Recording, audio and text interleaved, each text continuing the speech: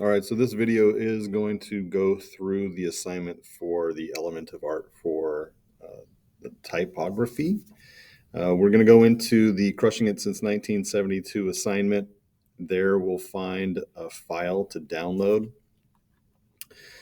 And so when you're in here, you're just going to click on this template. It's an Adobe Illustrator file, so we'll be able to open it up right into Illustrator. When we open it, we'll have to go to this More Actions in the top right and open in a new window. Once we're open in a new window, then we get this little download option. If you don't see it here, then you'll have to go into More Actions, and then you'll see it, the download option there. Once we click on the download, it will download here into the bottom left corner of your screen. If you don't see this here, you'll see a little window pop open right in the middle of your screen, and it shows you the option to open the file. And so here, what I want to make sure of is that you are just clicking on this to open it up. So you're not going to drag it. I don't want you to click and drag it into Illustrator, because you'll get this blue box, and then we won't be able to edit it.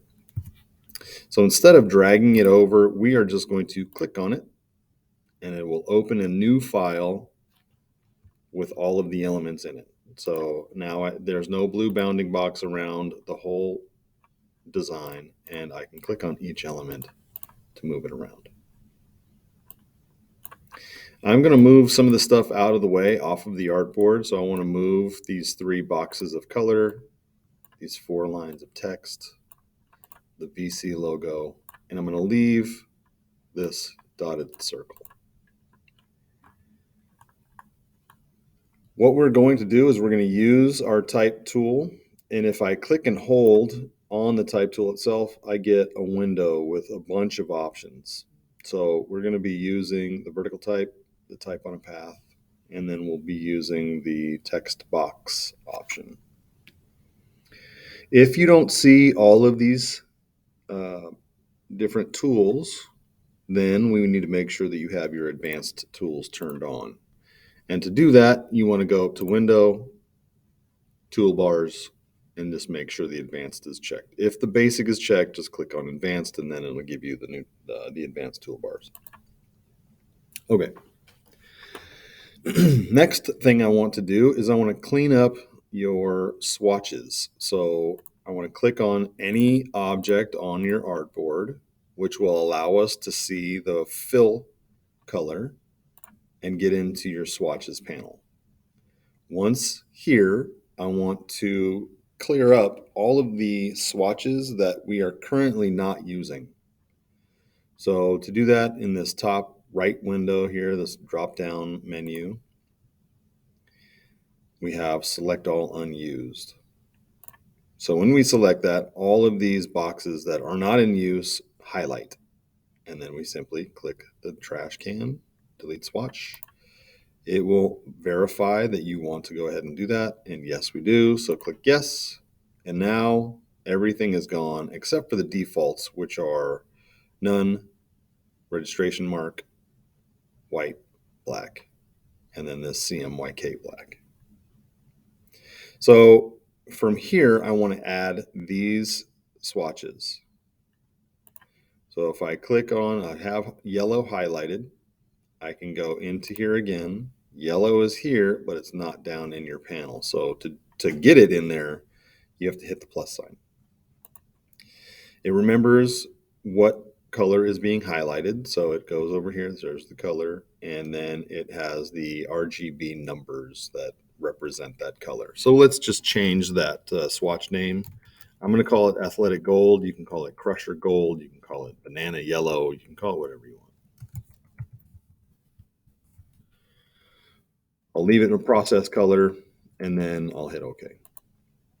And now that color's here. If I hover over it, it'll tell us it's called Athletic Gold. We're going to repeat the process. We're going to click on the burgundy. I'm going to add the swatch color. I'm going to call it burgundy. You can call it whatever you'd like. and hit OK. And then just to show you, I'm going to click on the black. It already highlights here, so it's showing it as black. It's already named black. But if I add new swatch or double click that color, it gives me the RGB number, which is 000. And this is an important thing. This is like a rich black. This is true black. And it is we're only able to get this dark, deep, rich black with using the RGB color. Let me hit cancel. If we use the CMYK, so if I hover over, you can see it's C0, M0, Y0, and K100. So K is black. It's all the way set to black on the scaling.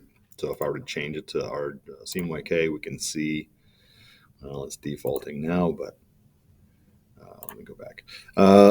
So this is CMYK black, but if you look at the scaling in RGB, you can see that it's 35, 31, 32. So it's not really as dark as it could be. And so when we're designing and we see that lighter color black show up, that's what's happening. So then you could go in there and either renumber those as 0, and then it'll be a rich black, or just make sure when you're setting it up that you're using that really dark black. Okay, so now we are ready to get ourselves into trouble. First thing I want to do, we are going to click on this dotted circle. I just created the dotted lines, the dashed lines, so don't worry about that. We are going to put text right around the edge, on the outside edge, and we're going to have it say Vintage High School. So first things first, let's triple click on Vintage High School, and that will highlight all of it. Then we're going to copy it, Control C to copy that, or Command C if you're on a Mac. Now we have it copied. It's in the background. It's ready for us to do something with. Now we're going to get into your type tool. We're going to get into type on a path. That's the third tool down. That T with it's on an angle. And I'm going to hover over the edge. You can see that it's turning blue when I hover. And then I'm going to click. And then it will place placeholder text all the way around. And since we've copied the Vintage High School already, we're going to paste Control V, and it pastes it right in there for us. So if I zoom in, I'll click on that and zoom in. You can see that it's getting typed right on the edge of that blue circle. Then you'll also notice we have these two lines here, and then we have this one line here. Those allow us to move this set of words on this path. So just by grabbing this handle down on the bottom, we can move it around. If I move it across or down, like, it jumps all over the place. And I spent a lot of years just using this tool to move it around and kind of fighting with it until I just, oh, there it is. It's finally in the spot I want. But there is an easier way. And so these two little lines, these handles, we can put the text inside of it. And if I zoom in just a little bit, see a little better. So I'm grabbing this outside left line, the one that's farther away from the V. I'm going to click the top piece of it. When I hover, you'll see that there's like a little action arrow. And so I can click and drag that. And what I'm going to do is I'm going to place this line on the other side of the set of words. And then it kind of encapsulates where the font is going to live. Meaning, if I want the font to only live between these anchor points, I can say, okay, I'm going to drag one here, I'm going to drag one here. And then if I increase the font or add a bunch of font, so just bear with me. As soon as I get past that line where I put it, that font goes away because I don't want it to live beyond that part. Scale it back down to 29, I think is what I had it. So in this case, I would just want to tighten those up to get them right next to each other. And then we have this center line, which used to be on the opposite side of the circle. And now when I move it, man, I have so much control. It makes it way easier. So with this, I can, pull it inside of the circle or outside of the circle. We will be doing that with the other set of text. I'm going to change the font at this point. I'm going to change it to Rockwell. You can change yours to whatever you like. You'll notice for mine, as soon as I change the font to Rockwell, it's a bigger font just naturally. So I'm going to scale that right line farther just so I can see that school. If I scale it in, you'll see that red plus. That red plus box just means that there's another word or sets of words beyond that line. So now that plus sign goes away. Okay, so the other thing I want to do is on the paragraph, it is defaulted to align left. That is in your properties panel. I'm going to click on center, and that just centers everything, makes it a little easier to type. When we start typing something, it'll start from the center and move its way out. And then you'll notice that if the word is off center, I'm just going to grab that center one and drag it towards the center. As soon as it hits the center, we get the little guideline showing, yep, that's right where we want it. That's center. And now what we want to do is we want to make sure that the text is going to be above the line here. That is, this line is called the base point. So we're going to adjust the base point. And if I go to the completed design and I zoom in, you can see that, there's the line and it's off of the line. So it's sitting away from the line. And so that's what we're going to do here.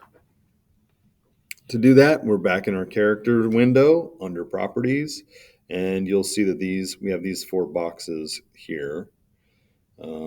And the action for base point is not these 4. It's under more options. So hit the 3 buttons, and that is going to be this one. So set the base point shift.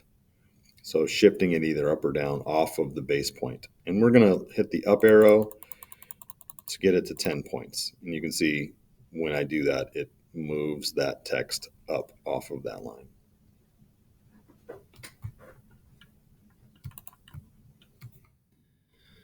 All right, now we want to add color to it. So we've already made our colors. I have my appearance window here. I just collapsed it. I use it a lot, so I'd like to have it available. If you don't have yours there, you probably don't. You're going to go to Window down to Appearance, and then you'll get your appearance window. Note, you have to make sure that you have the selection tool and the Vintage High School clicked. It does not work correctly if you highlight your font and then start doing it. It only works correctly if you get your selection tool and then start working. So I'm going to hit the fill. I want to add a new fill. When I click the fill, it automatically adds a stroke option. Right now, there's nothing. And you can see if I click on the color, it defaults to that CMYK black. So I'm going to click on the burgundy that we made. And then in the stroke color, we're going to make it gold. And then we're going to increase the stroke weight to 3. When we do that, you can see that now that gold, that's all I see. I don't see any of the burgundy. And I know we've done this before, but really what I want to make sure of is that you are using these layers. If yours is collapsed like this, you might have to pull it down. That these are living like layers, so we could drag one and move it on top of the other. And so fill should be first and then stroke. I want to add a third stroke, so it'll be burgundy and then gold and then black. So we're going to add a stroke. So if you hover over this bottom left, it says add new stroke. You see it has 2 now of the same. So we're going to click on this lower one. We're going to make it the RGB black, the rich black, and then we're going to increase the weight to 6. I'm going to make mine 6. It really depends on your font and the size that you are making it. But I think for me, having it somewhere around 6 or 7 is going to have it look the way I want it to look. I think 6 is good. And then I don't want to exit out because we're going to be using it on a regular basis. So if you want to keep it there, you'll just minimize. So collapse the icon, and then you have that there. And I'm going to just put it right there in this little panel. Okay, so now we're going to make a copy. So we're just going to click and hold Alt and drag, or Control C for copy, Control V like Victor for paste. And this is going to say, crushing it since 1972. And I don't want to reinvent the wheel. I don't want to have to go back to that appearance panel and dial everything back in. So I'm just going to triple click on this copy and start typing.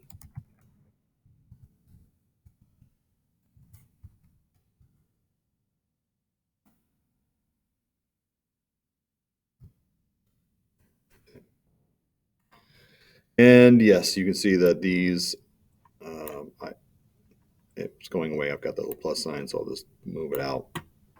And then I want to take this and move it so it's underneath. So we're going to move it so it's in the bottom. And I'm going to grab that center little piece to drag it. I'll drag it to the bottom and I'll pull it on the inside.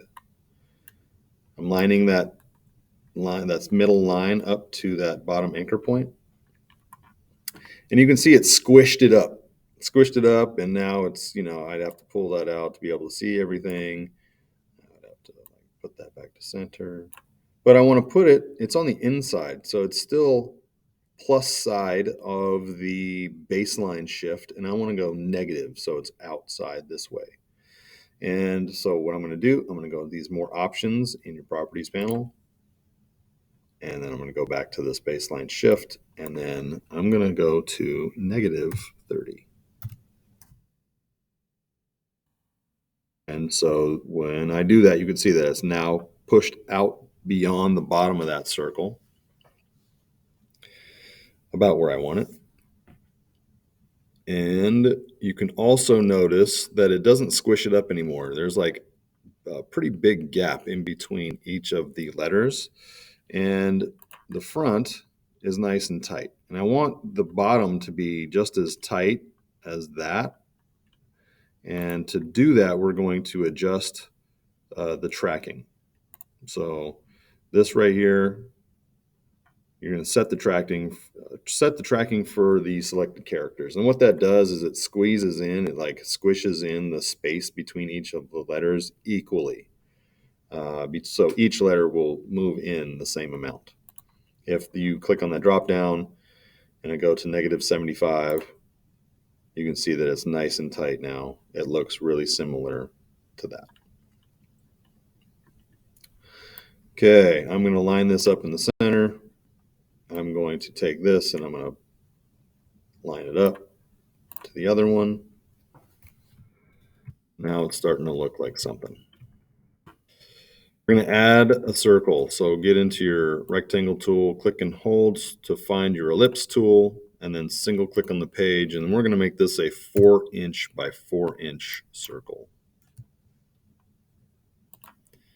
You can see right now I've got burgundy with a black outline, and in the finished product, it's just, we're going to just do black with a yellow outline.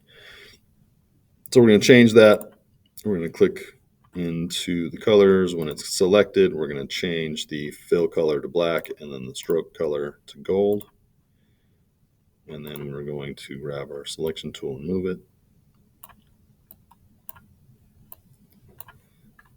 But you can see that there is not much space at all between the line and the words. Where this one, we've got a fair amount of space between them. And what we are going to do, we're going to switch something. If I zoom really close and see this blue line in the middle, that is the edge of our 4-inch circle. And then the stroke is moving both beyond the outside and it's going on the inside of that blue line. And I want to change that. So go into the word stroke in your properties panel. And then you're going to go to this align stroke. And the default is align stroke to center. Whereas also like a line stroke to outside. So if I click on that, you can see there's the blue line and all of the stroke is on the outside of the blue line, or we're going to align stroke to inside. So now there's the blue line and all of the stroke is on the inside. That's what I want you to do. We'll keep it 6 points for now.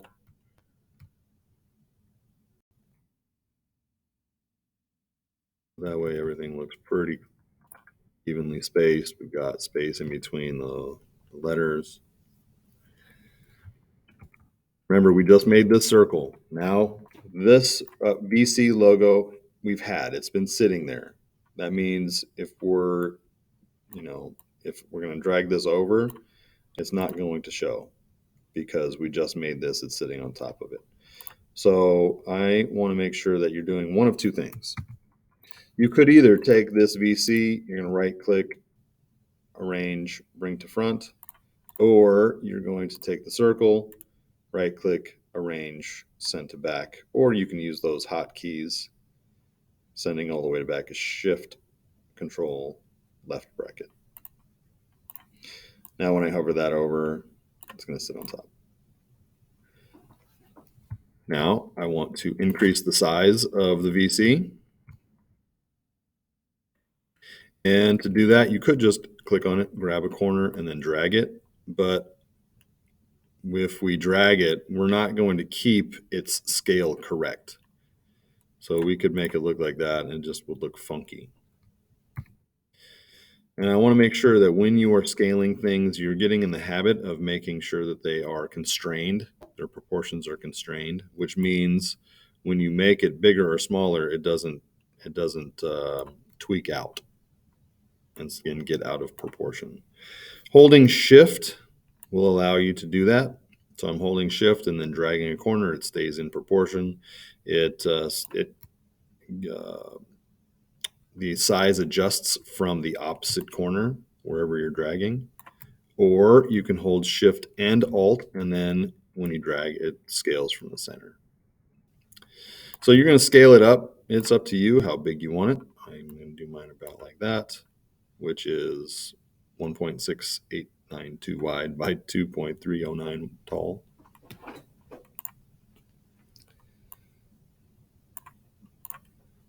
Okay, from here, I want to, if I go back to the original, you see that there we have an outer glow on the VC. And I'm going to add an outer glow. We're going to go into your appearance window to do that. And go to effects, go to stylize, and go to outer glow. The default is a black outer glow with a screen mode. The screen is just how the color reacts to the color it's sitting on. I'm going to change screen to normal and black to white. Now when you see it, there we go. We've got our glow. I'm going to leave the opacity at 75, but I'm going to increase the blur minus 0.375. That's looking pretty good. And then I'll hit OK.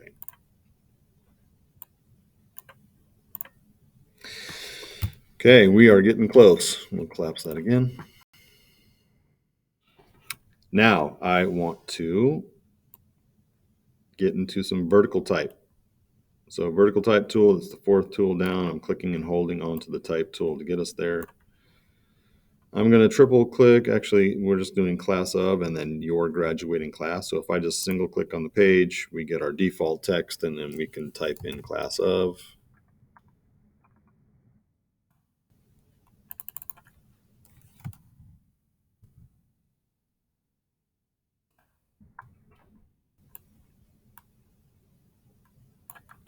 I'm going to make it the yellow.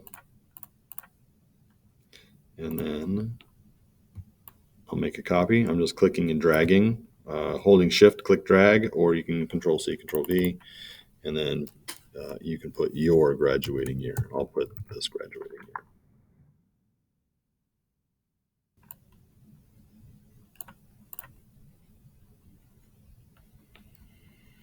I'm also going to I like the spacing between the 2023, but the class of to me feels a little too spaced out. So I'm going to click on that. And right now we still have negative 75. And I'm going to make that negative 100 just to tighten it up a little bit more. Okay. Next, we are going to do text box. And yes, I preach a lot about no text boxes, but in this case, text boxes are going to be our best friend. So I want text to be across the back of all of the design. It looks like I might have a couple copies here. Okay.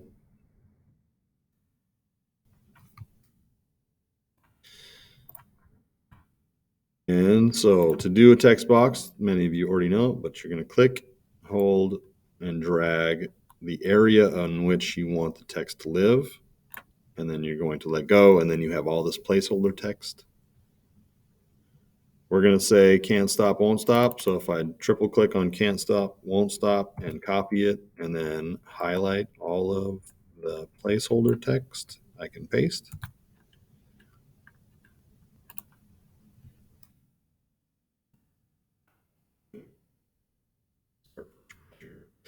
I'm going to triple click this, copy it.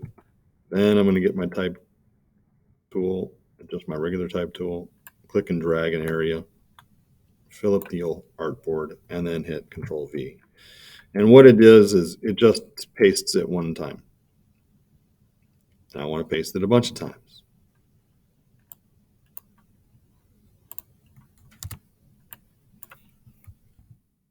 All you can do is paste, paste, and then you can hold the V down and it will paste all the way down. I'm going to go farther. So you can see that I've got the little plus sign. That means I've pasted it so many times that there's some beyond the box that I made. That's because we need to make some adjustments. The first of which is the default paragraph is set to left justified. And so we've got these open gaps on the right side. If we go center, we still have gaps on both sides now, and it kind of looks funky. So, right justified, we've got the gaps on the left side. If we go justify these last few, these ones will work. So you've got justify with last line aligned left, justify with last line center, and then the last line right, or justify all lines. And that's what I want to do is we'll justify all lines. And when we do that, edge to edge, we have font sitting there. But we have this gap on the bottom. There's also a fair amount of gap between the lines, and I want to tighten that up a little bit too. So we'll get back into our properties panel under character. We'll hit the three options, and then we have baseline shift. We have set the leading. Those are two different things. So baseline shift does not work here. Those will just move those off of that line. But the baseline shift adjusts the spacing between each line. So that's the very top one. And if I hit the down arrow, it will go and it'll tighten those things up. Or it'll increase the size of them.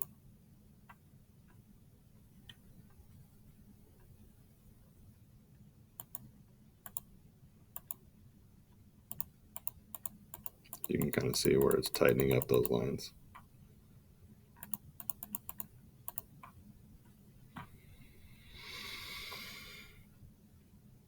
Looks like I need to paste one more time. It's still in there. I'm just going to triple click or double click to get myself in there. And I'll hit paste. And I'll put one more in there. All right. Now everything's lined up. We have font going from top to bottom. I'm going to make this a gray color and then send it to the back. So I'm going to click on the black text. I am going to I am going to make it the same gray as the background. And so to do that, I'm just going to click on the eyedropper tool. I have my font selected, and I'm going to click on the background, and it'll make, like the eyedropper, I'm just clicking any color and it'll make it that color. So I want the gray in the background. And so there we go. And then we're going to send it all the way to the back. Hotkey, Control Shift, left bracket, sends it all the way to the back, or right click, arrange, send to back. And then last step, we're going to make a background in black. So grab your rectangle tool from top to bottom, click and drag. We're going to make it the rich black and send it all the way to the back to complete your design. That is it. From this point, we are going to save it. So make sure you save it as a PDF. You're going to go to File, Save As. If it's not already saved to the cloud, save it to the cloud, and then go back and save it to your computer as a PDF, and then get it submitted. That's all. Thank you very much. Have a great day.